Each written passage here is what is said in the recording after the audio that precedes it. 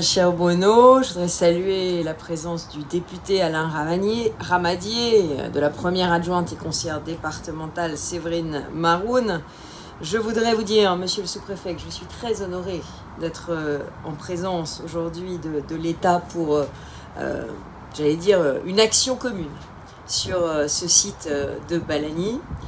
J'arrive du lycée Voilhomme, où nous avons là encore lancé une très belle opération et inauguré un internat. Un internat qui, je le dis parce que tout le monde ne le sait pas ici, est ouvert à tous les jeunes aulnaisiens de tous les lycées d'Aulnay qui souhaiteraient en pré-bac ou en post-bac avoir des conditions optimales d'éducation. Parce que c'est pas un internat type les choristes, comme dirait le recteur, c'est une résidence étudiante. Avec tout le confort qu'on peut attendre d'un très bel équipement pour Aulnay. Et puis on est en train de rénover complètement le lycée Voilhomme qui là aussi sera quasiment un campus lycéen, un campus des métiers avec ses plus de 2000 élèves. Donc non seulement on veut le meilleur pour les enfants d'Aulnay, mais on veut aussi travailler sur un plan qui recouse le territoire.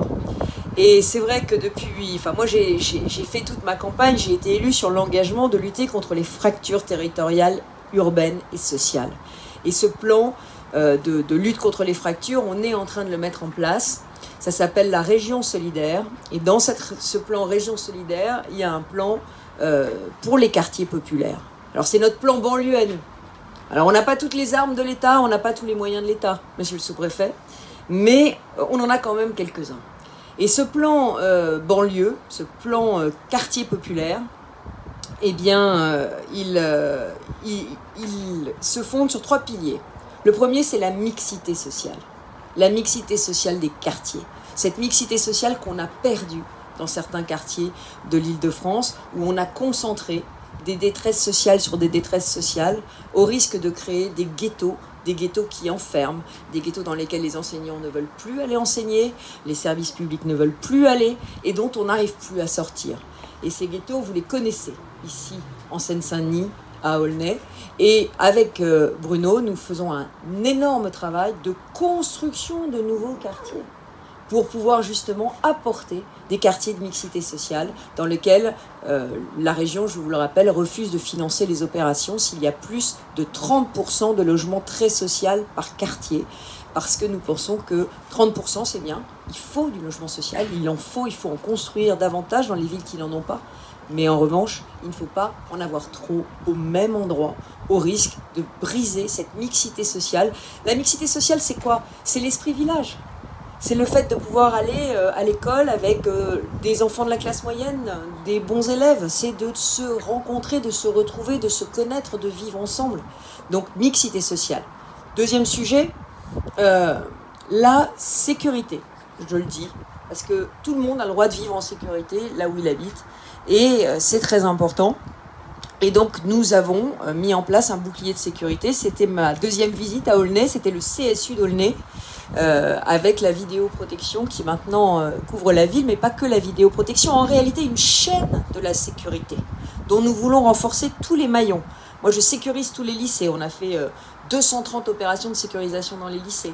J'aide les polices municipales, et notamment la police municipale d'Aulnay, menée tambour battant par le maire. Mais j'aide aussi la police nationale, puisqu'on est en train de travailler sur un très beau projet de reconstruction du commissariat d'Aulnay et j'ai signé un partenariat avec le ministère de l'Intérieur. Alors vous me direz, c'est pas le rôle de la région? Eh bien si. Parce que moi je considère que la sécurité, quand on n'est pas en sécurité, on ne peut pas bien travailler, on ne peut pas bien vivre et on ne peut pas s'épanouir. Donc la sécurité, c'est aussi la mission de la région et le ministère de l'Intérieur a d'ailleurs accepté qu'on cofinance. Hein, ils n'ont pas dit non. Et mon dernier projet sur la sécurité, mais ça concerne toute la Seine-Saint-Denis, c'est très important, c'est les bus.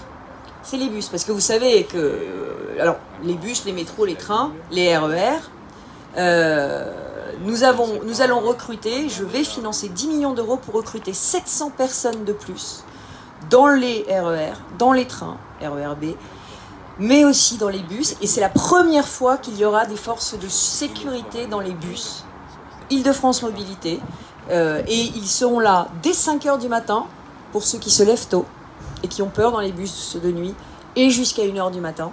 et ils patrouilleront dans les bus. On a expérimenté ça depuis janvier sur les réseaux Val-de-Marnais et Essonniens, et on a 40% d'actes, j'allais dire, comment est-ce qu'on dit, perturbateurs en moins. Les actes perturbateurs, vous savez, c'est ces choses qui vous traumatisent pour la journée, mais pour lesquelles on ne peut pas porter plainte. C'est quelqu'un qui vous injurie, quelqu'un qui vous bouscule, quelqu'un qui vous harcèle, quelqu'un qui est en état d'ébriété ou autre. C'est des bandes qui vous font peur, mais ce n'est pas vraiment des actes de violence qu'on peut dénoncer à la police. Voilà.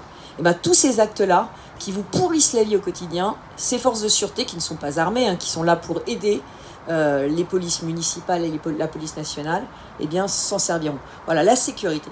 Et puis, le troisième volet qui est le plus important pour moi, c'est le volet réussite. C'est le volet réussite. Et ce volet réussite, eh bien, il passe par l'égal accès de tous les franciliens, j'allais dire, à toutes les opportunités de la vie. Et cet équipement de Balani, c'est ça.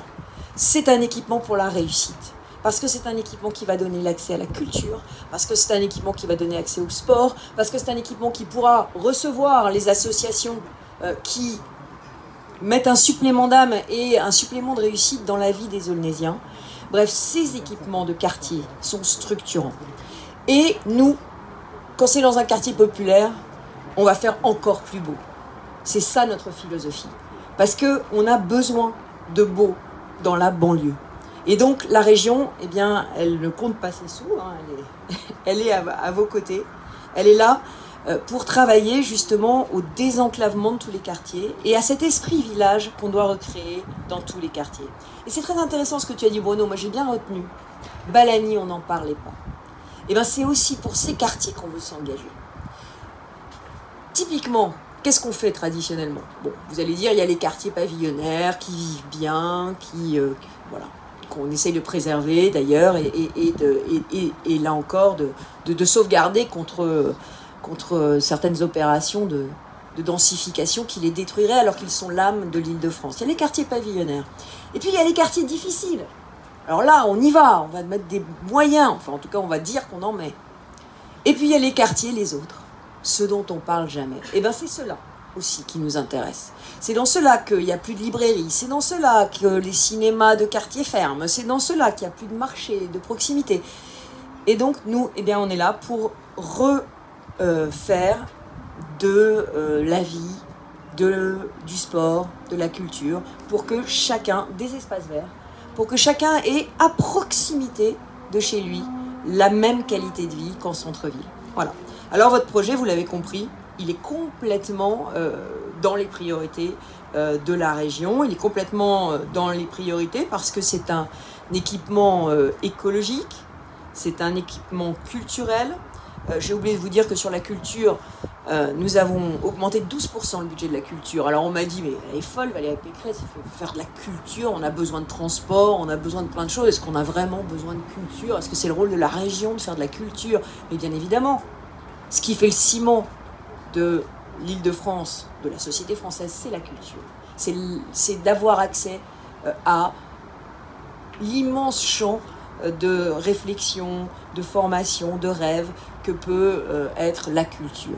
Et nos jeunes, ils ont besoin de parler, ils ont besoin de maîtriser les langages, ils ont besoin d'avoir accès à la culture. Et donc, je ne suis pas étonnée quand tu me dis que les habitants de Balani étaient très attachés à leur bibliothèque. Nous, on a mis des boîtes à livres dans les gares du RER, dont une à Aulnay. On m'a dit, mais ils sont fous, des boîtes à livres, sans carte, sans verrou, sans clé. Mais ils vont être vandalisés, parce que les gens, ils n'en ont rien à foutre des livres. Ils vont aller tout balancer. Et bien, c'est tout le contraire. C'est fondé sur l'échange. On prend un livre, on en rapporte un. Ça marche. Du feu de Dieu, tout le monde est content et les gens redécouvrent, ils redécouvrent le plaisir de lire et pas seulement être sur la tablette. Je sais qu'il faut que je mette la 4G, je mets la 4G dans le RER, mais pas que les tablettes, aussi le livre. Et le livre, c'est un espace à soi, on est dans sa bulle et on redécouvre le livre. Alors voilà, il y a une formidable envie de culture, tu y réponds, Bruno, parce que tu sais que c'est important. Et puis, le sport, je le dis, moi, j'ai investi aux côtés de la ville de Paris et de l'État 200 millions d'euros pour les JO. C'est formidable les JO. En plus, Ça va se dérouler en Seine-Saint-Denis, donc on est tous hyper fiers d'avoir les JO et d'avoir une piscine qui va être centre d'entraînement à Aulnay pour les Jeux Olympiques. Donc c'est très bien les JO. Mais je le dis, et je le dis ici devant tous les Aulnaysiens, je ne sacrifierai pas le sport de proximité pour le sport qu'on regarde à la télé.